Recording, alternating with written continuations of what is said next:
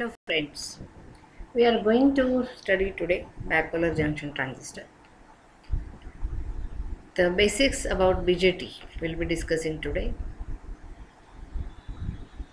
As you know, there are two types of transistors. One is bipolar, second is unipolar. The topic of discussion for today's lecture is bipolar junction transistor.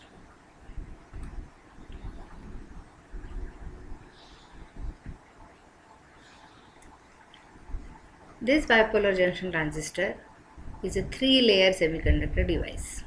It consists of 2 N and 1 P type layers of material or 2 P and 1 N type of layers of semiconductor material. The former is called as NPN transistor while the latter is called as PNP transistor. Thus we can say there are two types of BJT. One is NPN, another is PNP.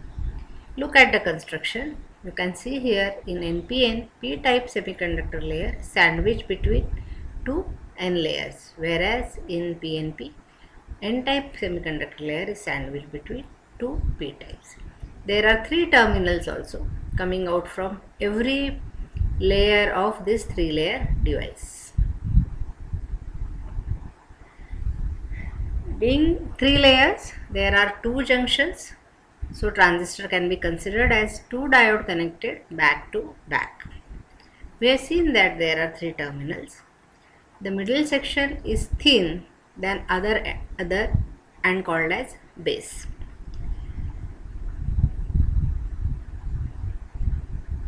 The section on one side is called as emitter and the opposite side is called collector.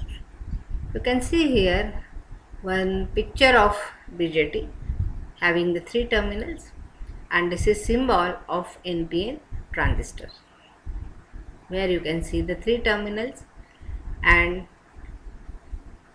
this is a NPN transistor.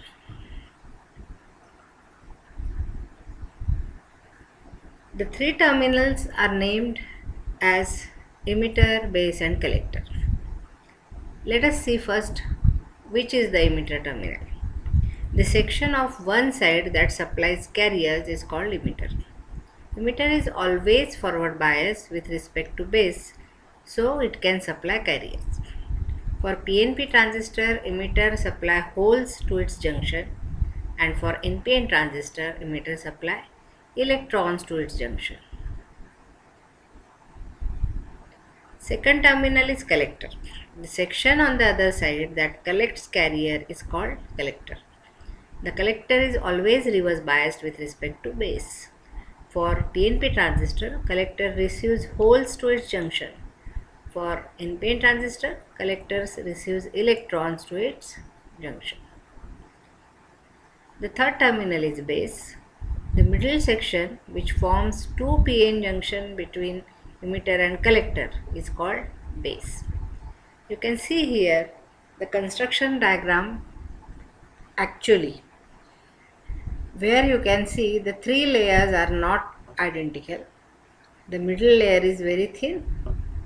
The emitter is not as large as collector or as wide as collector, or collector is the widest. Same thing for NPN or PNP transistor. Thus we have seen that the transistor has 3 regions named emitter, base and collector. Now there are some important factors which are to be remembered with respect to bipolar junction transistor. Firstly, the base is much thinner than other region. Emitter is heavily doped, so it can inject large amount of carriers into the base. Base is lightly doped, so it can pass most of the carrier to the collector, whereas collector is moderately doped.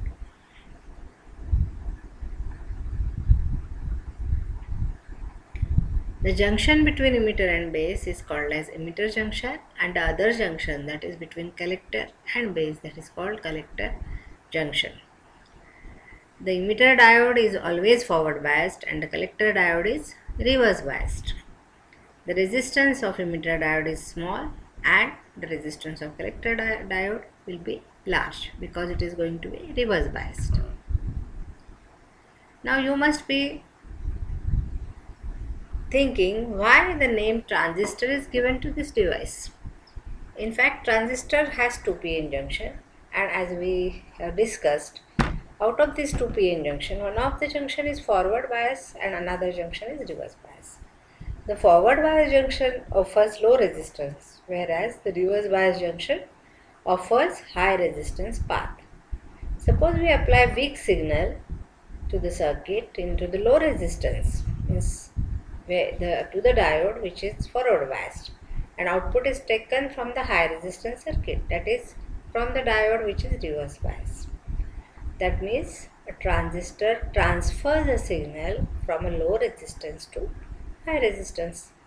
The prefix trans means the signal transfer property of the device, while ester classifies it as a solid element in the same general family with resistor. Thus, this transistor word is formed out of transfer of resistor.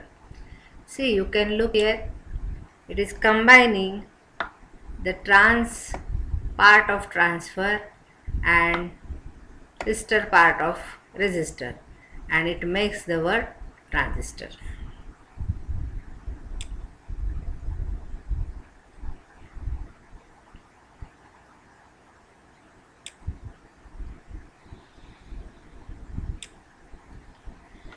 Now let us discuss the working of transistor.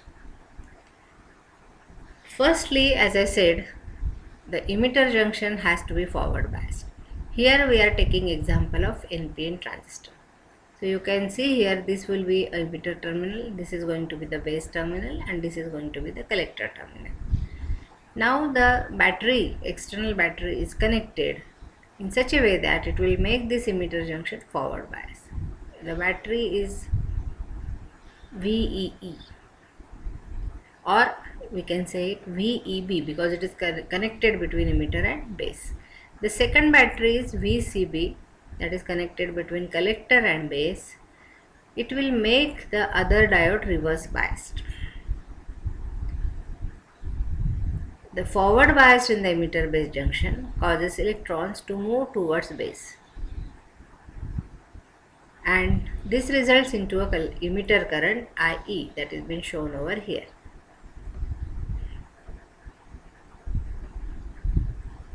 Now, as the electrons flow towards p-type base, they try to recombine with holes. As the base is lightly doped, only few electrons recombine with holes, and that results into a base current which will be small in magnitude.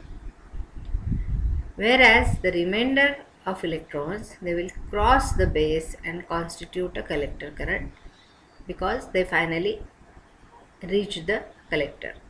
Thus we can say that the total current is the emitter current that gets distributed into base current and collector current. Hence IE is equal to IB plus IC. To understand the working of PNP transistor, it is quite similar to that of NPN transistor. The only difference is here in PNP, the emitter injects the P-type carriers, means holes, to the base, and emitter current is constituted mainly of these holes, whereas base current will be of electrons, and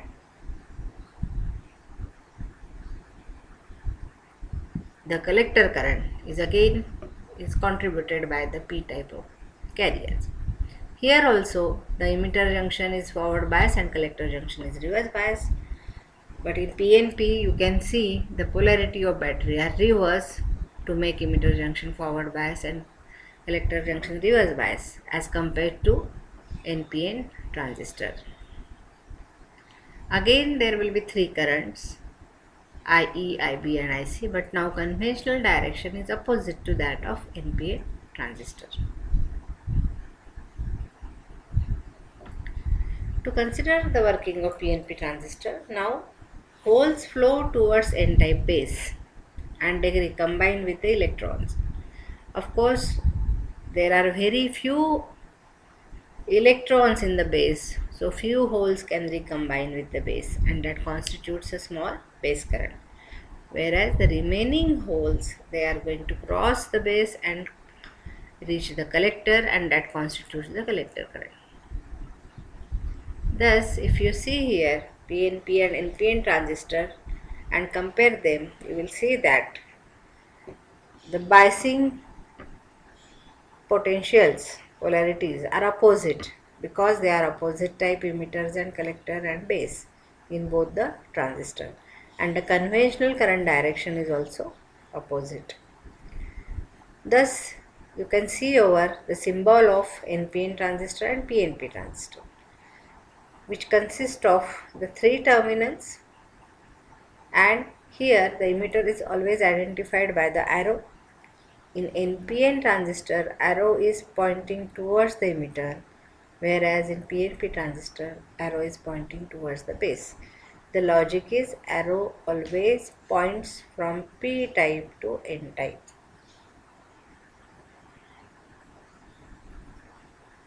Thus, you can see here the two symbols of two types of transistor and their significance. Thus, today we discussed the basics about transistor. In that we discussed its construction and the operation. So, thank you for today. But I am concluding with one quiz to you. Tell me, is it possible to interchange collector and emitter terminals of BJT? Please answer me on my email. Thank you so much.